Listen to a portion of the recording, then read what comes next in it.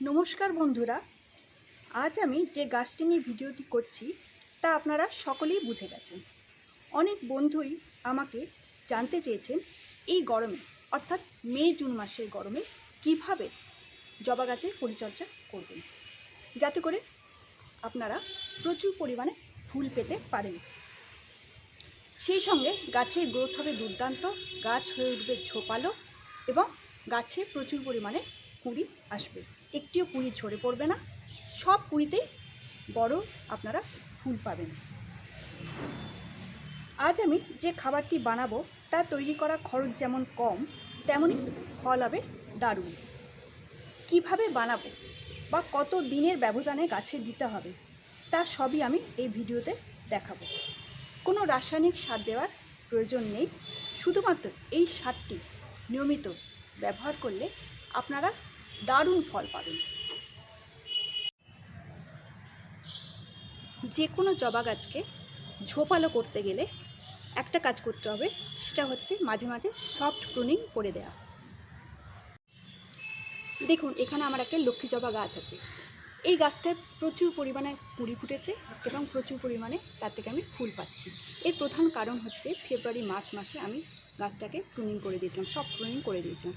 প্রত্যেকটা ডালকে আমি 2-3 ইঞ্চি আমি কেটে বাদ দিয়ে দিয়েছিলাম এবং তার থেকে সেই ধার দিয়ে যে কেটে রাখা পোর্শনটা পাশ দিয়ে প্রচুর পরিমাণে ডালপালা বেরিয়েছে এবং তার থেকে প্রচুর পরিমাণে কুঁড়ি ফুটেছে এবং তার থেকে আমি প্রচুর পরিমাণে ফুলও পাচ্ছি। অর্থাৎ প্রত্যেকটা ফুল ঝরে পড়ার পর বা কুঁড়িগুলি ফুটে যাওয়ার পর গাছটিকে আপনারা সব প্রুনিং করে দেবেন, অর্থাৎ 2 থেকে 3 ইঞ্চি কেটে বাদ দিয়ে দেবেন। সেই কেটে বাদ দিয়ে যাওয়া পোর্শনের পাশ থেকে প্রচুর ডালপালা গজাবে এবং তার থেকে আপনারা প্রচুর কুঁড়ি পাবেন। সেই সঙ্গে আপনারা সঠিকভাবে গাছের পরিচর্যা করুন, গাছে আপনারা সঠিক খাবার দেবেন, অর্থাৎ নাইট্রোজেন পটাশিয়ামযুক্ত খাবার আপনারা গাছে প্রয়োগ করলে আপনারা গাছ থেকে প্রচুর কুঁড়ি এবং ফুল পাবেন। এখানে আমি নিয়েছি একটা কলার খোসা, একটা ডিমের খোসা আর প্রায় দুটো মাঝারি সাইজের পেঁয়াজের খোসা এবং একটি রসুনের খোসা। এগুলোকে আমি প্রথমে মিক্সিতে পেস্ট করে নেবো। তারপরে কি কি জিনিস এর সাথে মিশিয়ে আমি গাছে দেবো সেটা আমি এই ভিডিওতে দেখাবো। এই প্রসঙ্গে আমি বলে রাখি, পেঁয়াজের খোসায় আছে নাইট্রোজেন, পটাশিয়াম, কিছুটা ফসফরাস, ক্যালসিয়াম আছে ডিমের খোসায় প্রচুর পরিমাণে, আর হচ্ছে কলার খোসায় আছে প্রচুর পরিমাণে পটাশিয়াম। এগুলোকে আমি সব শুকিয়ে নিয়েছি, শুকিয়ে কলার খোসাটাও আমি শুকিয়ে নিয়েছি, শুকিয়ে ছোটো ছোটো টুকরো করে নিয়েছি যাতে মিক্সিতে পেস্ট করতে আমার সুবিধা হয়। এই পুরো মিশ্রণটাকে আমি মিক্সিতে পেস্ট করব। পেস্ট করার পর আমি এর সাথে দুটো জিনিস মেশাবো, সেটা আমি এই ভিডিওতে দেখাবো। এখানে আমি একটি সাদা রঙের তরল নিয়েছি। এটি হলো এই 1 গ্লাস মতো ভাতের ফ্যান নিয়ে তার সাথে আমি 2 গ্লাস জল মিশিয়ে নিয়েছি। ভাতের ফ্যান হচ্ছে খুবই পুষ্টিকর, গাছের পক্ষে খুবই পুষ্টিকর একটি সার, এতে সমস্ত ধরনের নিউট্রিয়েন্ট পূর্ণ থাকে। এই গ্লাসে মোটামুটি 250 ml জল ধরে, সুতরাং আমি এটা প্রায় 500 ml মতো করে নিয়েছি।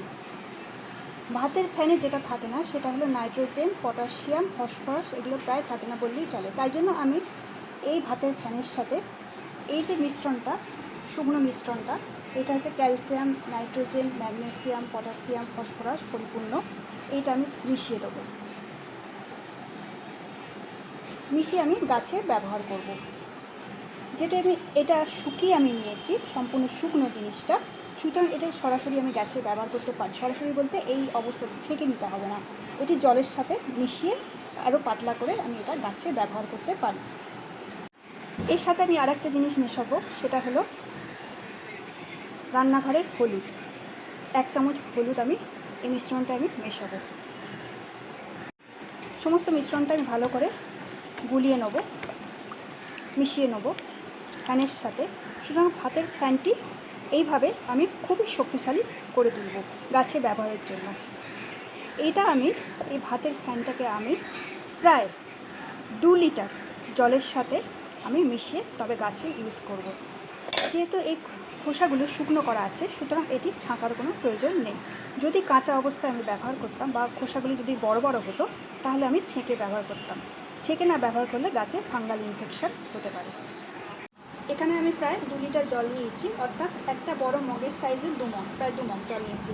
এবার আমি এই মিশ্রণটি, যেটা গাছের পক্ষে খুবই পুষ্টিকর উপাদেয়, সেটি আমি মিশিয়ে দেবো এই জলের সাথে। ভালো করে মিশিয়ে দেবো। দেখুন খোসাগুলো শুকিয়ে গেছে, হালকা হয়ে গেছে, তাই জলে ভেসে উঠেছে। এই শুদ্ধ দিলে কোনো ক্ষতি হবে না গাছে, এগুলো চূর্ণ করাই আছে এবং শুকনো করা আছে। মিশ্রণটা ভালো করে মিশিয়ে নিলাম।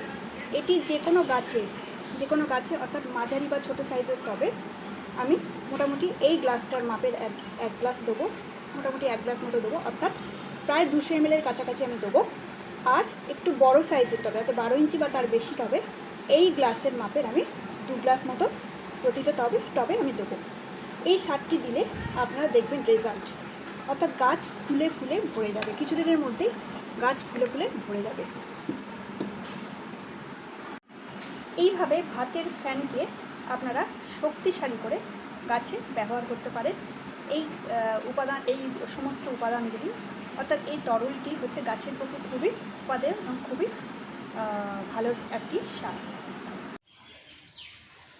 এই তরল সারটি ব্যবহার করে আপনার গাছগুলিতে কী রেজাল্ট আপনি পেলেন তা অবশ্যই আমাকে আপনি কমেন্টে আপনারা জানাবেন। ধন্যবাদ।